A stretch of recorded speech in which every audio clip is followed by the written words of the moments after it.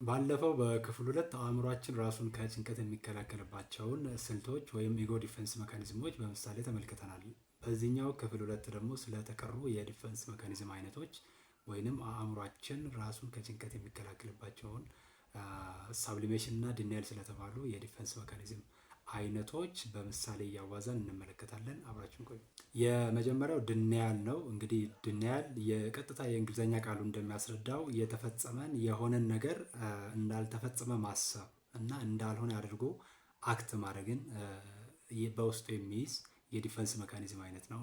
ነገ ጉዳዩ ተፈጽሟል፣ ሀፕን አድርጓል፣ ተከስቷል።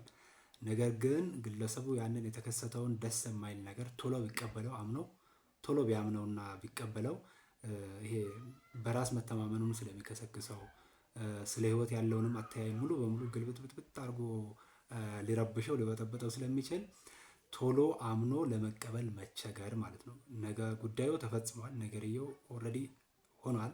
ነገር ግን አእምሯችን የተወሰነ ጊዜ የተወሰነ ስፔስ ይፈልጋል ያንን የተፈጸመውን ነገር አምኖ ሆኗል ብሎ ሪያሊቲ ነው ብሎ ከመቀበሉ አስቀድሞ ማለት ነው። ያንን ነው ዲናይል የምንለው። ምሳሌዎች እንመልከት። ለምሳሌ በአንድ ሰው በሌላ የጤና ጉዳይ ለክትትልም እንዲሁ አሞት ወደ ሆስፒታል ሂዶ አጋጣሚ ያንን የሄደበትን ዓላማ አሳክቶ ተመርምሮ ሕክምና አግኝቶ ነገር ግን በዛው አጋጣሚ ያከመው ዶክተር ኤችአይቪ ፖዚቲቭ እንደሆነ ብነግረው ድንገት ማለት ነው ወይም ካንሰር እንዳለበት ብነግረው ኢትስ ጎና ቱ ቢ ሾኪንግ፣ ምንም ጥያቄ የለውም። በጣም የሚያስደነግጥ አይነት እንትን ነው የሚሆነው። አንደኛ ግለሰቡ ምንም አስቦበት የማያውቀው አይነት ነው። ቶሎ ለመቀበል በጣም ነው የሚቸገር። ለሌላ ኬዝ ነው የሄደው።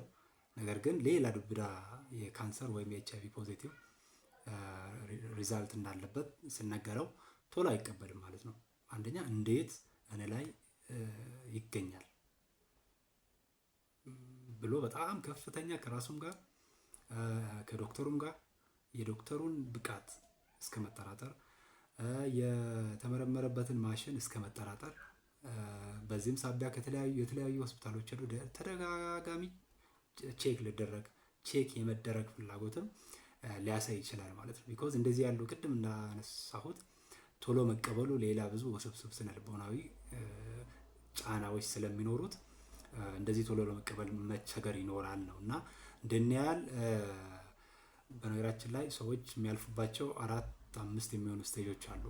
ሰው የሚወዷቸውንም ሰዎች ማጣት ሊሆን ይችላል። እንደዚህ ያለ ዱብዳ የበሽታ ዜናም ሲሆን ሾኪንግ ዜናዎች ሲሆኑ የሚያልፍባቸው ደረጃዎች አሉ 4 የሚሆኑ እና እሱን ምናልባት በሌላ ኮንተንት መለስበታለሁ እና ይሄ ነው አንደኛ። ሁለተኛ ሌላ ምሳሌ ለመጨመር ያክል አንድ አልኮሊክ የሆነ ሰው ወጣት ወይንም የአልኮል ሱስ ያለበት ሰው የአልኮል ሱሰኛ መሆኑን ላይቀበል ላያምን ይችላል። እኔ እኮ ጀስት ጊዜ ማሳለፊያ 1-2 ነው ዝም ብዬ ጥምል እንጂ ያን ያህል ሱሰኛ አይደለሁም ብሎ አያምነው። ግን ይሄ በዛው አዙሪት ውስጥ ነው ያለው ነው። በዛው የአልኮል መጠጥ አዙሪት ውስጥ ይገኛል ባያምንም ማለት ነው፣ ባይቀበልም እና በዚህ በሱስ ስነልቦናዊ ሕክምና ላይ መጀመሪያ የምናደርገው ምንድን ነው? ግለሰቡ ችግር ውስጥ እንዳለ ማመን አለበት 100%። ሲያምን ነው ወደ ቀጣዩ የእርዳታ ፕሮሰስ የሚካሄደው ስነልቦናዊም የመድኃኒት ሕክምና የሚካሄደው ማለት ነው እንጂ ግለሰቡ ሳያምን አልኮሊክ አይደለሁም ብሎ እንትን እያለ ባለሙያው ምንም ሊያደርግለት አይችልም። ስለዚህ ግለሰቡ ጋር ነው ያለው እንትኑ ወደ ሕክምናው መግቢያ በር የሆነ የመጀመሪያው ግለሰቡ ፕሮብሌም ውስጥ ነኝ ችግር ውስጥ ነኝ ብሎ አምኖ መንገዱን የሚያሳየኝ ሰው ያስፈልገኛል ብሎ ለእርዳታ ሲመጣ ወደ ጤና ተቋማት ሲመጣ ነው እርዳታው የሚቀጥለው እና ብዙ ጊዜ እንደዚህ ያለ ችግር ውስጥ የሚኖሩ ሰዎች ቤተሰብ ወላጅ ነው የሚያመጣው። ወጣቶች ከሆኑም እናት አባት ቤተሰብ ዘመድ ነው ይዟቸው የሚመጣና ሕክምናውንም አስቸጋሪ የሚያደርገው ይሄ ነው። ግለሰቡ አምኖበት ሳይሆን በቤተሰብ በጓደኛ በስራ ባልደረባ ጫና ስለሚመጡ አንደኛ ሕክምናውም ረዘም ላለ ጊዜ መሆኑ አይቀርም። እንግዲህ ወላጅም ላላስፈላጊ ወጪ እዛው ታካሚ በቆየ ልክ ስለሆነ ክፍያውን በዛ ልክ ላላስፈላጊ ወጪ ሊዳረግ ይችላል እና ኮንተምፕሌሽን እንለዋለን። በዚህ በሱስ ሕክምናውም በየትኛውም የቢሄቪራል ቼንጅ ፕሮሰስ ውስጥ ካሉ 5 ስቴጆች ይሄ ሁለተኛው ነው። ኮንቴምፕሌሽን ችግር ውስጥ ነኝ ብሎ ሲያምን ነው ወደ ህክምና የሚገባው። እና አሁን ከዚህኛው ካየነው ዲፌንስ ሜካኒዝም ቅድም እንዳልኳችሁ ግለሰቡ የተፈጸመውን ነገር HIV ፖዚቲቭ መሆኑ ሪዛልቱ ያሳያል። ማሽኑ በተደጋጋሚ የተለያየ ሆስፒታልም ቼክ ተደርጓል። የካንሰር በሽታ ምልክቶች እንደታዩበት ያሳያል። ግን ቶሎ አምኖ አይቀበልም። ቶሎ ቢቀበል የማይገመቱ ነገሮች ሊከሰቱ ይችላሉ። ግለሰቡም እዛው ጸጥ ለከፋ አደጋ ሊደረግ ስለሚችል እንግዲህ ኢጎ ዲፌንስ ሜካኒዝም አይደል እያየን ያለን። እሱ በተቻለ መጠን ነገሩን ዲፈንድ በማድረግ እውነት አይደለም ብሎ ለተወሰነ ጊዜ በመካድ አእምሯችንን፣ ራሳችንን፣ ጤናችንን እንግዲህ ይጠብቃል ማለት ነው ለጊዜውም ቢሆን። ሁለተኛው ዲፌንስ ሜካኒዝም ሳብሊሜሽን የሚባለው ነው። ሳብሊሜሽን ማለት ምን ማለት ነው?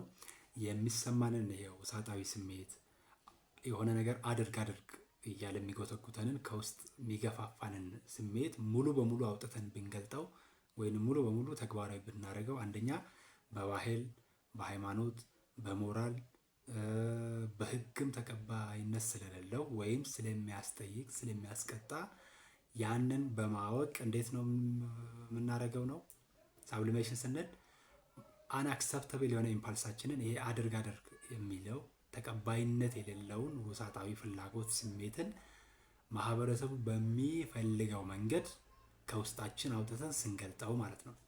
ፍላጎታችንን ቀጥታ ዳይሬክት ብንገልጥ ተቀባይነት አይኖረውም። እንዳልኳችሁ በህግ፣ በሞራል፣ በሃይማኖት፣ በባህል ተቀባይነት አይኖረውም። ውግዘት፣ ቅጣት ሊያስከትል ይችላል።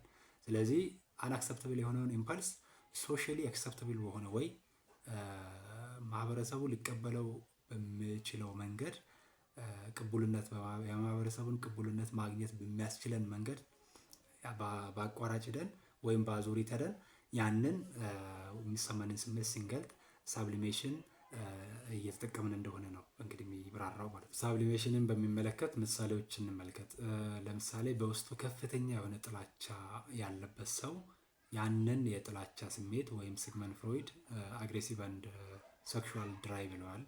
ያንን የጥላቻ የንዴት ስሜቱን በየመንገዱ ያሉ ሰዎችን በመሳደብ በመደብደብ ሊወጣው ይችላል አይደል? ሊወጣው ይችላል። ነገር ግን ያስጠይቀዋል፣ ያሳስረዋልም ጭምር በህግ ማለት ነው። ሰላማዊ ሰው ሄደ መንገድ ላይ ያንን ብታረግ ህግ ዝም ብሎ አይመለከትም። ሰላማዊ ሰው ሄደ ብትደበደብ፣ ብትሳደብ ትጠየቃለህ። ስለዚህ ያንን የንዴት የታመቀ የንዴትና የጥላቻ ስሜት ሌላ ማውጫ አውትሌት ይፈልጋል ማለት ነው። እንዴት ነው የምታወጣው? መውጫ አውትሌት ይፈልጋል። ያ ስሜት ከውስጥ የታመቀው የታጨቀው አግሬሲቭ እና ሴክሹዋል ድራይቭ ማለት ነው። እና ምንድን ሊያደርግ ይችላል? ሂዶ የቦክስ ስፖርት ሊመዘገብ ይችላል ግለሰቡ ማለት ነው። በቦክስ ስፖርት ተመዝግቦ ቦክስ ስፖርት በማህበረሰቡ ዘንድ የሚመከር ካሸነፍክ ሽልማትም ገንዘብም ሙገሳም ያለበት ዝናም የምታተርፍበት ነው። ስለዚህ ቦክስ ሄዶ ስፖርት ይመዘግባል። እዛ ተጋጣሚው ምን ይላል? ይደበድባል። እንግዲህ ይህን እርጁን ድራይቡን የአግሬሽን እና የሴክሹዋል ድራይቡን ኢምፓልሱን የት ነው የሚገልጠው ማለት ነው? እዛ ተጋጣሚውን በመደብደብ ይወጣለታል ነው ሀሳቡ። እና አብዛኛው ይሄ ሶሻሊ አክሰፕተብል በሆነ ወይ የሚገለጡ ብዙ ድርጊቶች እንደው ዞር ብለን ብናስተውል በዚህ መነጽር መመልከት የምንችል ይመስለኛል። ብዙ ማለት ነው። በህጋዊ መንገድ ሶሻሊ አክሰፕተብል በሆነ ወይ ውስጣችን ያለንን ስሜት መግለጥ እንደውም ሲግመንድ ፍሮይድ ምን ይለዋል?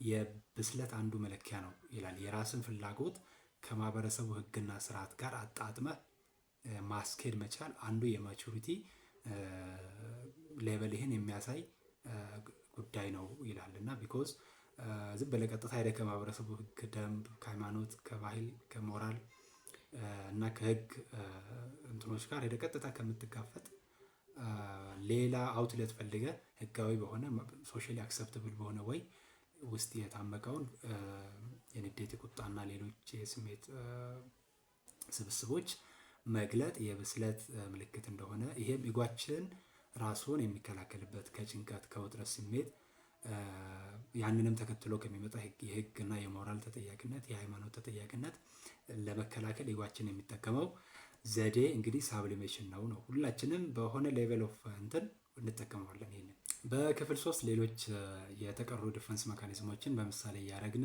እንመለከታለን። ከዚህ ቪዲዮ አንዳች ቁም ነገር አግኝቻለሁ ብለህ ካሰብክ ዘግተህ ከመውጣት በፊት 1 ሰከንድ ብቻ ወስደህ የቪዲዮን ሀሳብ ላይክ ብታደርግ ጥሩ ነው፣ ብዙ ሰዎች ጋር እንድንደርስ ማለት ነው።